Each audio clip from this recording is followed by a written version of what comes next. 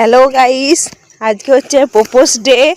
তো আমার বেস্ট ফ্রেন্ডকে বেস্টিকে আমি এই যে প্রপোজ করব। এই যে লাভ প্রপোজ ডে। কেমন লাগলো? এতখানে আসছে দেখছো? Oh my God, thank you thank you, I love you too, I love you two.